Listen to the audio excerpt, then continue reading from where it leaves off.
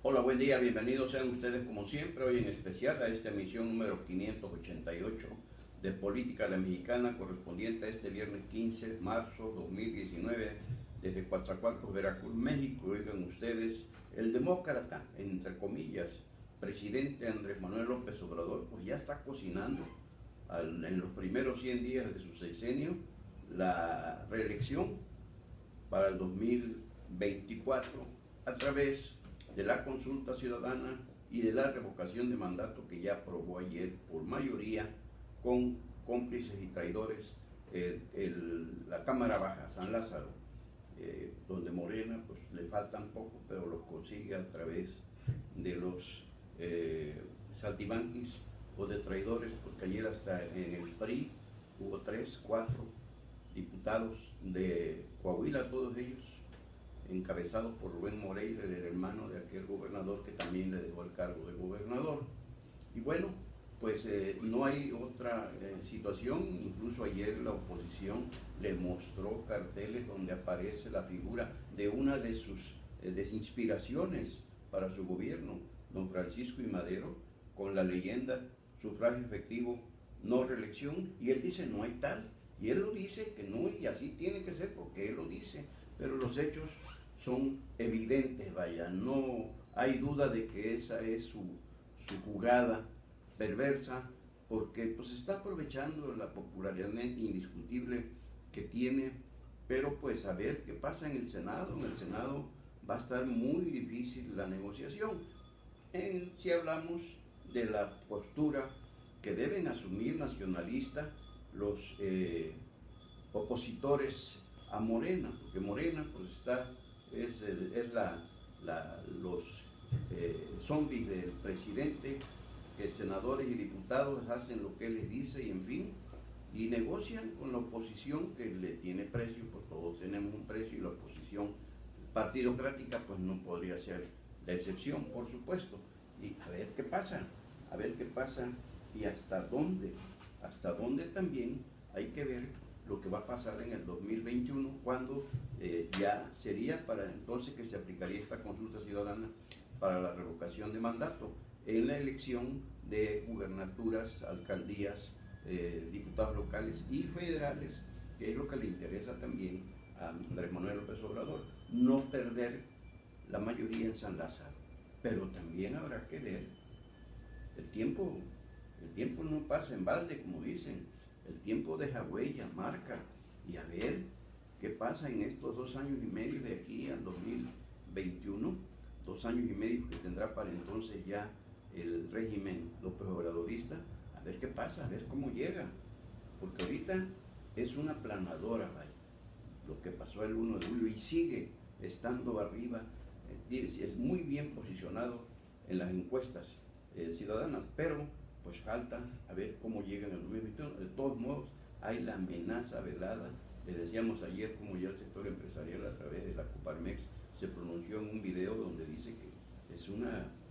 burla la que está cometiendo y no hay más que la intención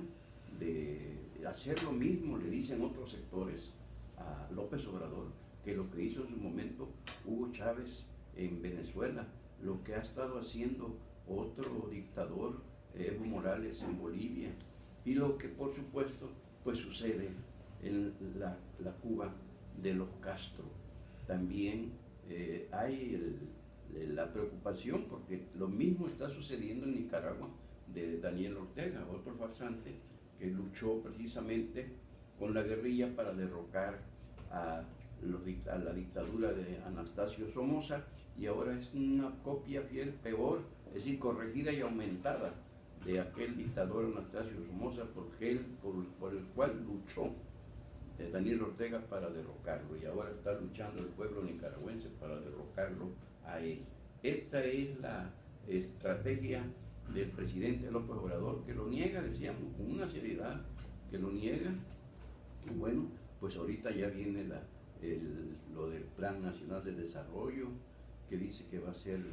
la contra propuesta a los gobiernos anteriores, y a ver pues hasta dónde en realidad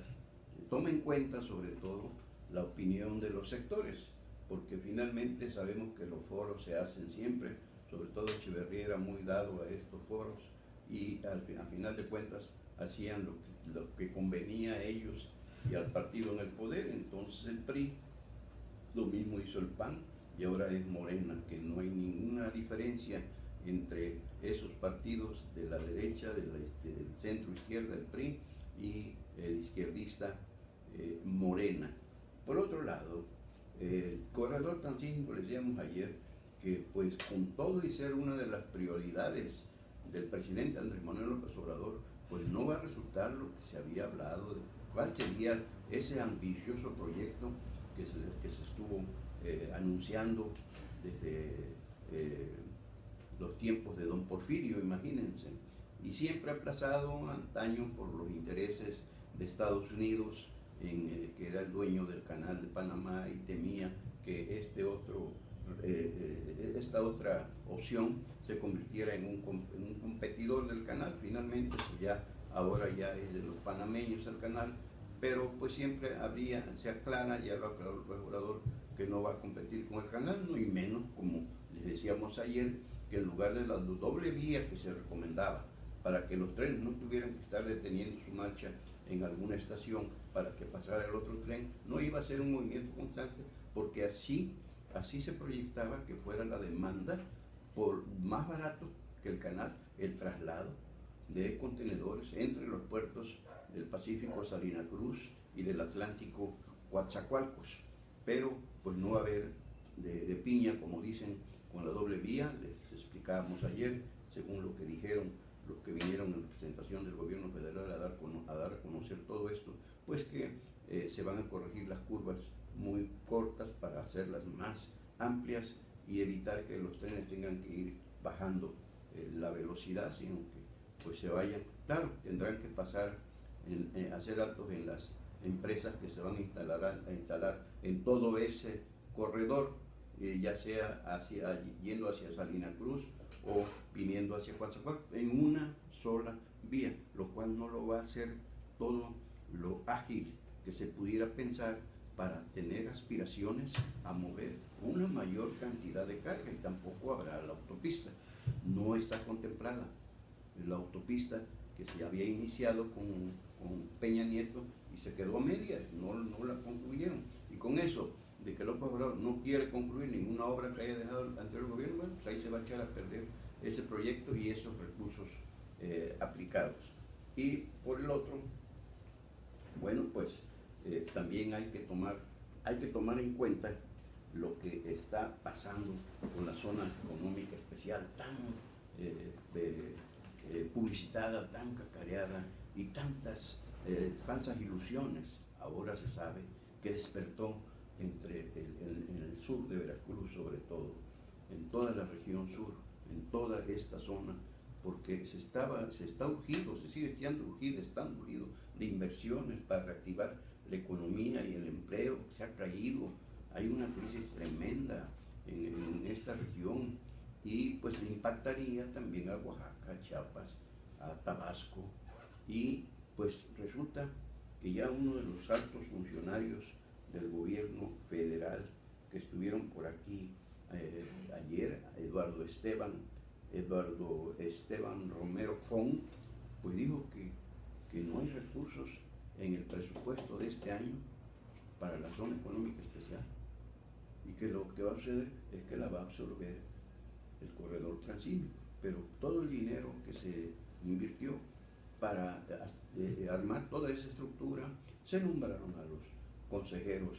que iban a hacer el enlace entre las empresas anclas que iban a venir a invertir y las empresas locales que se iban a integrar cada uno de esos proyectos respecto a las inversiones que vinieran a aterrizar esas empresas anclas. Bueno, pues todo eso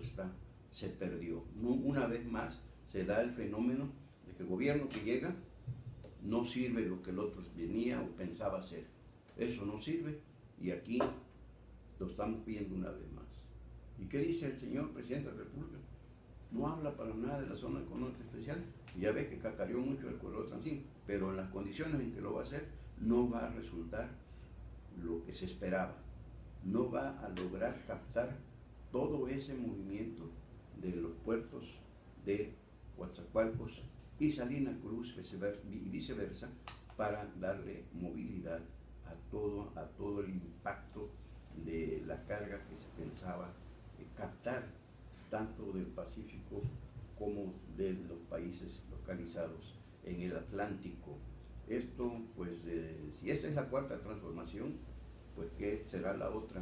la que se convierte en transformación de cuarta? No cabe duda. Y la escasez de agua en Coatzacoalcos por la toma del Yuribia y la inexperiencia del titular de Protección Civil de Coatzacoalcos, Javier Cruz Esponda, pues complicaron más el incendio que se declaró, no se sabe si provocado o accidental, vayan ustedes a saber, en lo que fue el basurero de Coatzacoalcos hace años, localizado en las colonias Santa Rosa, Ampliación Santa Rosa, y que está más o menos atrás, se localiza atrás de lo que es el Centro de Convenciones, el Teatro de la Ciudad y las instalaciones de la Expoferia. Bueno, pues el sábado se detectó ese incendio, lo reportaron los vecinos, y aquí la falta de experiencia de Javier Cruz Esponda, el director de Protección Civil de Coatzacoalcos, provocó, y también la falta de agua, alega ahora, pero pues que no está el río Calzadas, el río Coatzacoalcos, para poder abastecer las pipas de ese líquido indispensable cuando no se tienen los recursos necesarios, como extinguidores y polvo especializado para el combate del fuego. Bueno, pues el agua, pues no, todavía es la fecha que no se puede controlar totalmente. ¿Y qué ha provocado? Pues una serie de contaminación ambiental terrible que ha afectado ya, está afectando a muchos vecinos de esas colonias. Invadió todo Coatzacoalcos, que muchas instituciones educativas, oficiales y privadas, tuvieron que suspender clases, padres de familia alarmados por sus hijos, se los llevaron al plantel, pero regresaron por ellos, porque pues es una contaminación terrible la que produce ese basurero, ese humo, imagínense, tanto plástico que debe de haber por ahí, y otros productos en estado de descomposición por el tiempo que tienen ahí, que pues son veneno puro. Y aquí a Javier Cruz Esponda le pasó lo que a Guadalupe Osorno Maldonado, la titular de la Secretaría de Protección Civil Estatal, con el incendio allá en las vigas de Ramírez, que también al principio no supieron cómo entrarle, y el fuego pues se expandió. Una situación que de horas, vaya, que no había que perder el tiempo, y pues sucedió lo mismo. Ese es el efecto y las consecuencias de las improvisaciones, porque aquí, como en las vigas de Ramírez, pues si hubiese habido gente con la suficiente capacidad que hubiese puesto en movimiento a todos los sectores que participan, el CLAN, el Comité Local de Ayuda Mutua de la Zona Industrial, ahí están siempre pendientes, presentes, y estuvieron aquí en su momento hasta que les avisaron, y ya vinieron, pero pues ya el fuego había avanzado demasiado y no fue posible su control. Y hoy decíamos, están buscando no culpables, pero sí pretextos, como ya hasta el mismo Yuribia habría tenido que ver en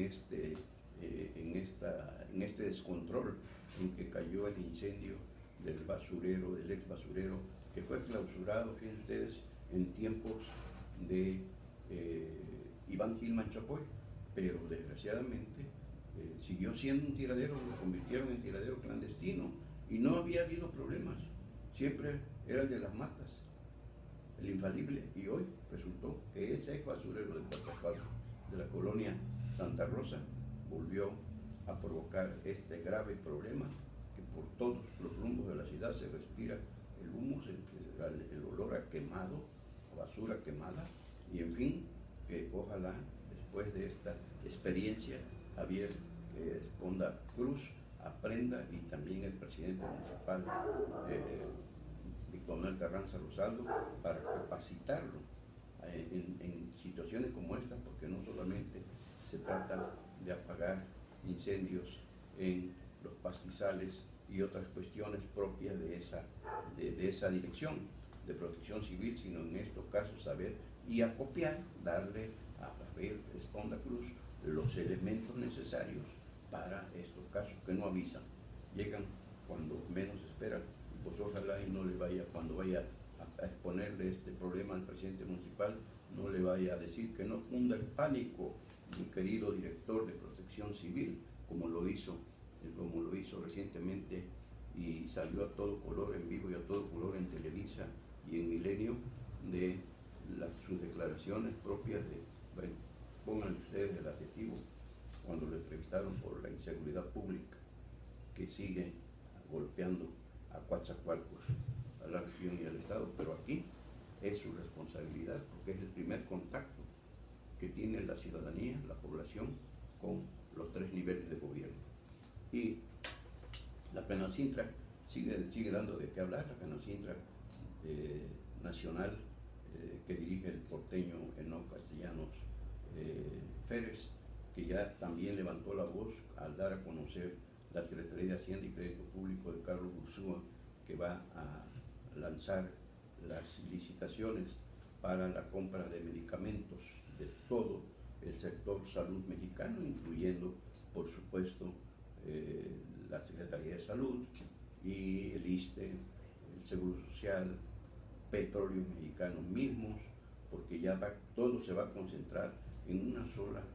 dirección de compra para el gobierno federal. Ya no van a comprar la Secretaría, sino solamente ahí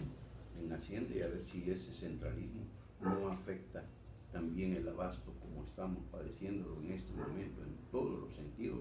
por la falta de previsión. Y dice López Obrador que por corrupción, lo que no hay de dudarse, pero sobre el particular no cayó bien en el sector empresarial que se esté proponiendo, como ya lo propuso Hacienda, que se va a realizar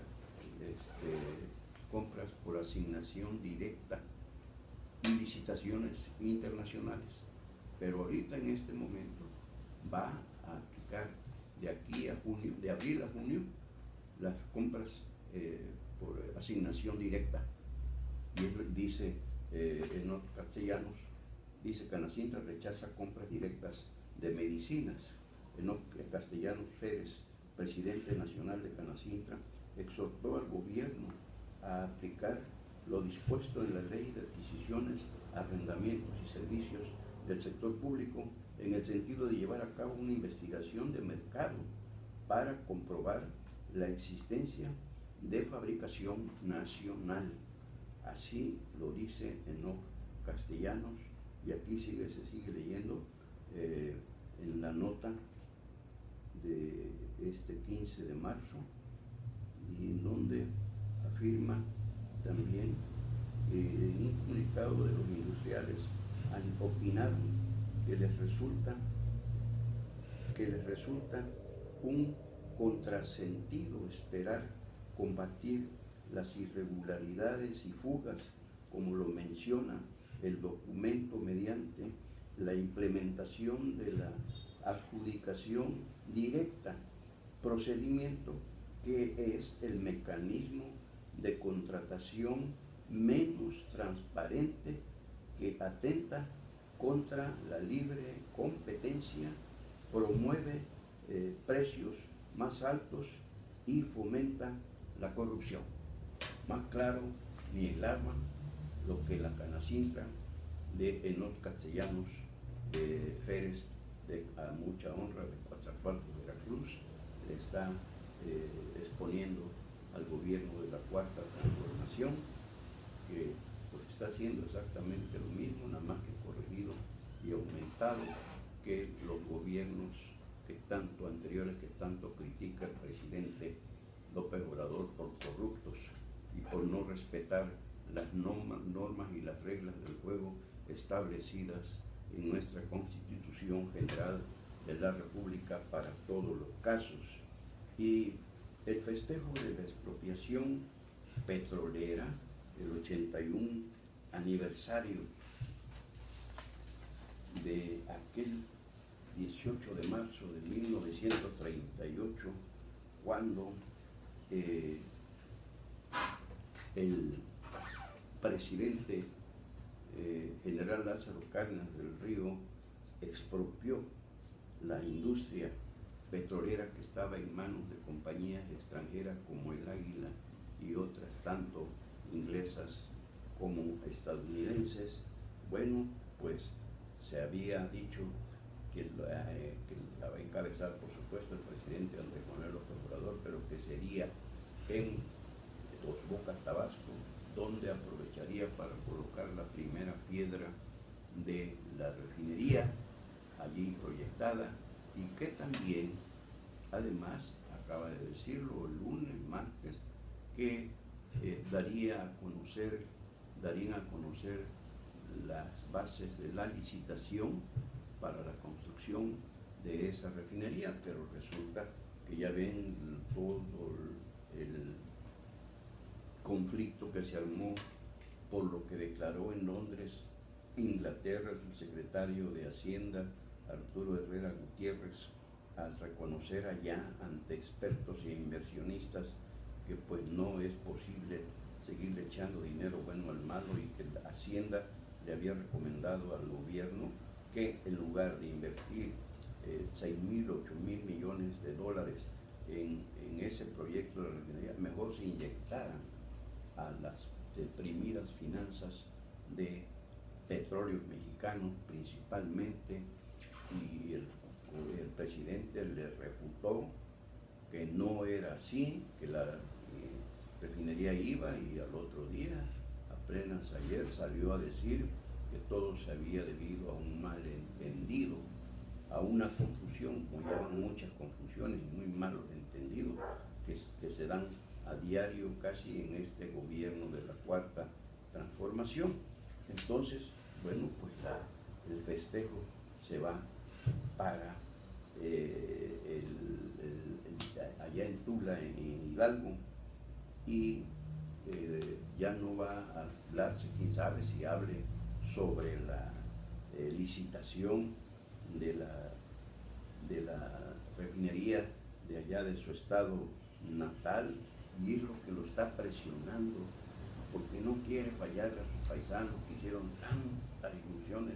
tantas cuentas que armaron, sí, imagínense, iban a trabajar en la construcción y luego en la operación, porque iba a ser exclusivamente para los tabasqueños, ahora que su paisano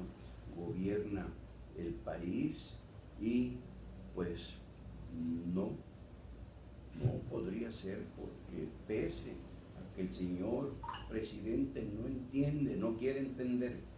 que no están los tiempos como para estar haciendo experimentos tan costosos como ese, pues sigue clavado en la idea de que sí va. Por cierto, que en Houston, Texas, hubo un foro sobre energía, allá asistió Rocío Nale, pero no figuró, porque decía un experto hoy que no fue ningún representante de Petróleo Mexicano, Pemex, y por lo tanto pasó inadvertido Pemex, no se habló, pero que sí, sí se abordaron temas de que los combustibles fósiles pues ya están pasando de moda, y que ahora son los no renovables, eólicos, solares y demás, pero que pues Pemex necesita, Petróleo Mexicano necesita corregir el rumbo, decía este experto Adrián Candanedo, y que se debe corregir la política energética de nuestro país. Pero, pues en fin, saque usted al señor presidente de esa, está machado, Él dijo en campaña y quiere cumplir todo lo que dijo en campaña, aun cuando las circunstancias no sean las mejores y más propicias para hacer proyectos de este tipo como la refinería. Le recomiendan mejor rescatar las 6, como ya también lo tiene contemplado, y pues producir, pero ya, y no esperar 3 años, dice él, pero no, calcula que podría llevarse más, al propio sexenio se comería incluso. Y pues se enteraron ustedes de la carta que envió el Sindicato de Trabajadores Petroleros de la República Mexicana de Carlos Antonio Romero de Champ al señor presidente Andrés Manuel López Obrador, donde le habla, donde le dice, habla de la historia de Petróleos Mexicanos, la historia del propio Sindicato de Trabajadores Petroleros de la República Mexicana. La carta la firma Romero de Champ, los otros dirigentes nacionales y los 36 secretarios generales de otras tantas secciones que conforman el Sindicato Petrolero de México. Y entre otras cosas le dicen, por ejemplo, le dicen en esa carta al presidente López Obrador: los trabajadores petroleros sabemos cuál es nuestra tarea y cuál nuestro compromiso. Sabemos la importancia de Petróleos Mexicanos para el desarrollo y la estabilidad del país. Asumimos cabalmente el compromiso establecido desde el día de la expropiación con el presidente Lázaro Cárdenas y con el pueblo de México. Hoy, a 81 años, lo ratificamos de cara al pueblo con el presidente Andrés Manuel López Obrador. Y dicen todavía más: toda nuestra capacidad y todo nuestro esfuerzo al servicio de Petróleos Mexicanos, toda nuestra convicción y todo nuestro conocimiento al servicio de la prosperidad de México. ¿Saben qué? Resulta que Carlos Antonio Romero de Champ, el secretario general del Sindicato de Trabajadores Petroleros de la República Mexicana, no está incluido en la lista de invitados del presidente Andrés Manuel López Obrador para la conmemoración del 81 aniversario de la nacionalización de la industria petrolera este próximo lunes 18 allá en Tula, Hidalgo. No, nada más van personalidades, es decir, secretarios de su gabinete legal y ampliado, otros funcionarios de la paraestatal principalmente, y también, lógicamente, autoridades estatales, municipales, el empresariado nacional, las cámaras, que son las que no pierden de vista porque quiere que lo impulsen, quiere firmar con ellos un pacto de unidad para que lo ayuden a sacar su proyecto de nación y se logre este año el 4% de crecimiento económico y en fin que se impulse todo. El problema es que estamos viendo cómo les está respondiendo con estas asignaciones directas, por ejemplo en la compra de medicamentos, y así va a ser, esa va a ser la constante en todo. Y esto no es lo que pide el empresariado nacional, pide piso parejo, juego limpio, y no que se vuelva al pasado, a ese pasado que tanto critica, que tanto reprueba. Y pues a ver qué pasa. El caso es que no está entre los invitados Carlos Antonio Romero de Champ, y esto pues huele a gas, vaya, indiscutiblemente, porque no habrá manera de, como dicen, ¿quién nos salvará? Porque le pregunta al presidente municipal de Coatzacoalcos, él seguramente le va a decir quién lo podrá salvar. Pero es el caso que estas situaciones que vemos que políticamente y para un presidente de la República no debe ser tan drástico, ¿no? Si ya con Carlos Mencha, ya que le diga: a ver, ven para acá, vamos a hablar cómo se hacen las negociaciones, firma aquí, te vas, yo no te toco. Ya ves que ahora que está tan en oferta, que no quiere a los achicoleros, a los del crimen organizado, a nadie quiere tocar, nomás los quiere bendecir para purificarlos, rescatarlos, bendecirlos, y todos felices, todos contentos según él, pero ya por lo que está visto que no le creen. porque sigue creciendo la inseguridad en México. El huachicol también, no hay pruebas fehacientes de que se haya abatido en las cantidades extraordinarias que él da a conocer, y por todos lados se oye de que el huachicoleo sigue tan vivo como antes o más todavía. Y por cierto, que también pues el crimen organizado, por cierto, y un infierno llamado Veracruz. Estamos de veras no espantados, sino horrorizados de lo que está sucediendo. Ayer una serie de mantas de lona que ya es común que aparezcan en la zona conurbada Veracruz, Boca del Río, aquí en Minatitlán, y la confrontación, donde le avisan el cártel Jalisco Nueva Generación, le manda un mensaje directo, cifrado, al gobernador Cuitlao García Jiménez y a su secretario de Seguridad Pública, Hugo Gutiérrez Maldonado, que pues ya declararon la guerra y que van a morir muchos, así le dicen. Y pues anoche y la madrugada hubo una confrontación allá en Tierra Blanca, primero, donde hace apenas unos días el Seguridad Pública de Hugo Gutiérrez aseguraron un rancho que supuestamente era un campamento de adiestramiento de el cártel Jalisco Nueva Generación, y habrían matado ahí a 3 de sus integrantes. Y pues ayer mismo atacaron la comandancia de la policía estatal ahí en Tierra Blanca. Después bloquearon la carretera La Tinaja-Cosamaloapan, incendiando unidades motorizadas, incluida una patrulla de Seguridad Pública Estatal. Allí hubo un enfrentamiento y habría muerto un policía estatal y 4 presuntos delincuentes, según las cifras que se manejan desde el gobierno del Estado. Oficialmente son las cifras, pero no confirmadas tampoco por el propio gobierno, o sea que esto está que arde. Ya nos estamos convirtiendo como Jalisco, como Michoacán, como Sinaloa y otras entidades donde la situación en Tamaulipas, que todos los días hay ataques de uno u otro lado entre los mismos cárteles, y pues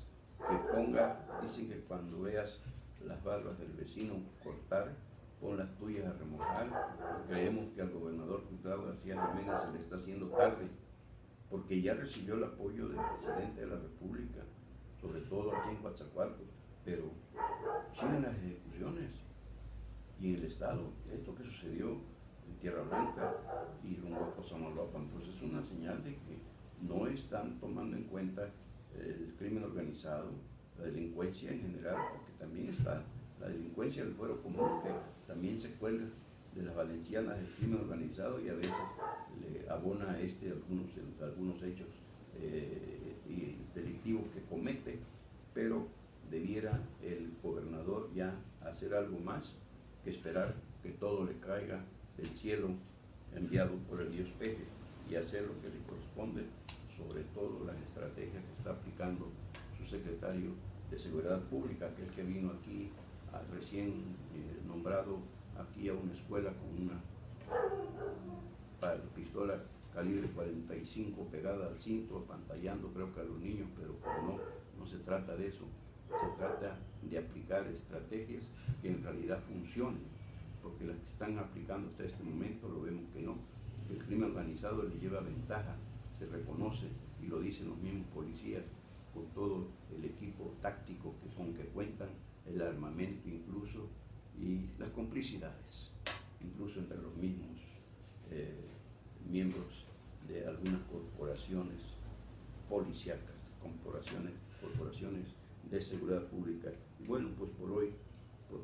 es todo. Hasta aquí llegamos con esta emisión número 588 de Política a la Mexicana, de este viernes 15 de marzo de 2019, desde Coatzacoalcos, Veracruz, México, para el mundo. Dios mediante, nos vemos mañana mañana sábado 16, pero si hay algo antes, ténganlo por seguro.